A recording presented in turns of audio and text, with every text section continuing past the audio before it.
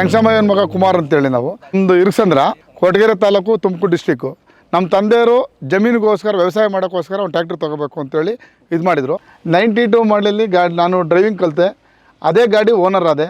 ಆ ಗಾಡಿ 3-4 ವರ್ಷ ಓಡಿಸಿ ಆ ಗಾಡಿನ ಮಾರ್ಬಿಟ್ಟು 4 ವರ್ಷ ಹೊಡೆದು ಅದು ಗಾಡಿ ಖರ್ಚಿ ಬರೋ ಮೂಮೆಂಟ್ ಗೊತ್ತಾಯಿತು.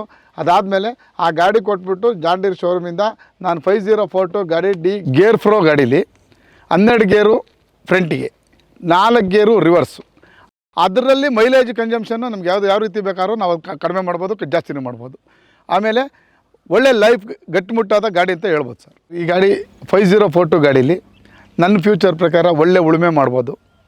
ಅದರಲ್ಲಿ ಗೇರಲ್ಲಿ ನಾವು ಫ್ರಂಟಿಗೆ ಏನು ಸ್ಪೀಡ್ ಹೋಗ್ತೀವೋ ಬ್ಯಾಕ್ಗೂ ಅದೇ ಸ್ಪೀಡಲ್ಲಿ ಬರ್ಬೋದು.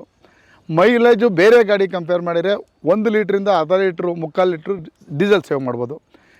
ಗಾಡಿ ಕ್ಲಚ್ಚು ಲೋಡಿಂಗು ನೀವು 5,000 ಗಂಟೆ ಕೊಟ್ಟಿದ್ರೆ ಕರೆಕ್ಟಾಗಿ ಮೇಂಟೈನ್ ಮಾಡಿದರೆ ನಾನು 6,000-7,000 ಹೊಡೆಯೋಷ್ಟು ಕೆಚ್ಚು ಆ ಗಾಡೀಲಿ ಪವರ್ ಕೊಟ್ಟಿದ್ದೀನಿ ಸರ್.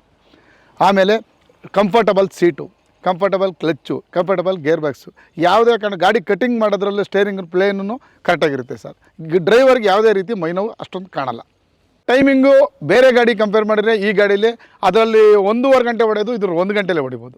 504 ಗಾಡಿ ಡಿ ಗೇರ್ ಫ್ರೋ ಗಾಡೀಲಿ ಸೀಟು ಕಂಫರ್ಟಬಲ್ ಆಗಿರುತ್ತೆ. ಈ ಡ್ರೈವರ್ಗೆ ಯಾವುದೇ ರೀತಿ ಬೆನ್ನೋವು ಕೈಕಾಲು ನೋವು ಬರೋಲ್ಲ, ಕಂಫರ್ಟಬಲಾಗಿ ಓಡಿಸ್ಬೋದು. ರಬ್ಬರ್ ಫ್ಲೋ ಮ್ಯಾಟ್ ಕೊಟ್ಟಿರೋದೇ ಡ್ರೈವರ್ಗೆ ಯಾವುದೇ ರೀತಿ ಈಟಾಗಿ ಕಾಲು ಸುಡೋದಾಗಲಿ ಕೈ ಸುಡೋದಾಗಲಿ ಈಟಿಂದ ಡ್ರೈವರ್ಗೆ ಯಾವುದೇ ತೊಂದರೆ ಇಲ್ಲ ಸರ್. ಅದು ಕಂಫರ್ಟಬಲ್ ಆಗಿರುತ್ತೆ. ಇದರಲ್ಲಿ ಸ್ಟೇರಿಂಗು ಚಿಕ್ಕದು ಅಂತ ಅನಿಸುತ್ತೆ, ಆದರೆ ಅದನ್ನು ಆರಾಮಾಗಿ ನಾವು ಕಾರ್ ಓಡಿಸ್ದಂಗೆ ಆರಾಮಾಗಿ ಡ್ರೈವರ್ ಓಡಿಸ್ಬೋದು ಸರ್. ಒಂದು ದಿನಕ್ಕೆ 1,800 ರೂಪಾಯಿ ಡೀಸೆಲ್ ಹಾಕ್ಸಿದ್ರೆ 6ರಿಂದ 7 ಗಂಟೆ ಅಥವಾ 8 ಗಂಟೆ ನಾನು ಉಳುಮೆ ಅಥವಾ ರೋಟ್ರು ಕೆಲಸ ಮಾಡ್ತೀನಿ. 1,800 ರೂಪಾಯಿ ಬಂಡವಾಳ ಅಷ್ಟೇ ನಂದು. ಅದಕ್ಕೆ 7,000-8,000 ರೂಪಾಯಿ ನನಗೆ ಬರುತ್ತೆ. ಅದ್ರಾಗ 2,000 ರೂಪಾಯಿ ಲೆಕ್ಕ ಹಾಕೊಂಡು ಹೋದ್ರು 6,000 ರೂಪಾಯಿ ನಂಗೆ ಲಾಭ ಬರುತ್ತೆ. 3.5 ಲೀಟ್ರು 3 ಲೀಟ್ರಿಗೆ ನಾನು ಉಳುಮೆ ಮಾಡ್ಕೊಂಬರ್ತೀನಿ.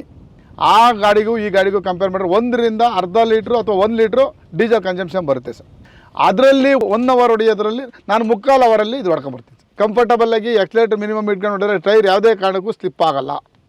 ಟೈರು ಒಂದೇ ಲೆವೆಲ್ಗೆ ಉಳುಮೆಯಲ್ಲಿ ಓದ್ತಾ ಇರ್ತದೆ. ಬೇರೆ ಗಾಡಿ ಟೈರ್ ಸ್ಲಿಪ್ ಆಗುತ್ತೆ, ಟೈಮ್ ವೇಸ್ಟ್ ಆಗುತ್ತೆ.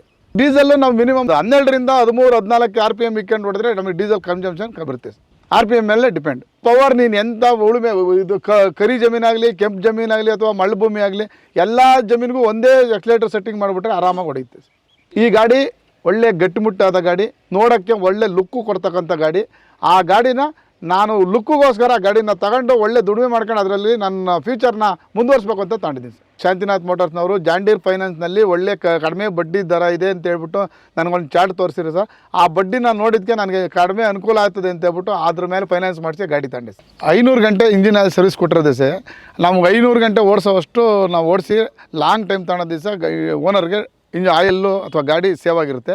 ನಾನು ಫೋನ್ ಮಾಡಿದ ತಕ್ಷಣ ಸರ್ವಿಸ್ ಆಗಲಿ ಗಾಡಿ ಪ್ರಾಬ್ಲಮ್ ಆದರೆ ಅವ್ರು ನಮ್ಮ ಮನೆ ಹತ್ರ ಬಂದು ವಿತಿನ್ 24 ಅವರ್ಗೆ ಗಾಡಿ ರೆಡಿ ಮಾಡಿಕೊಡ್ತಾರೆ ಸರ್.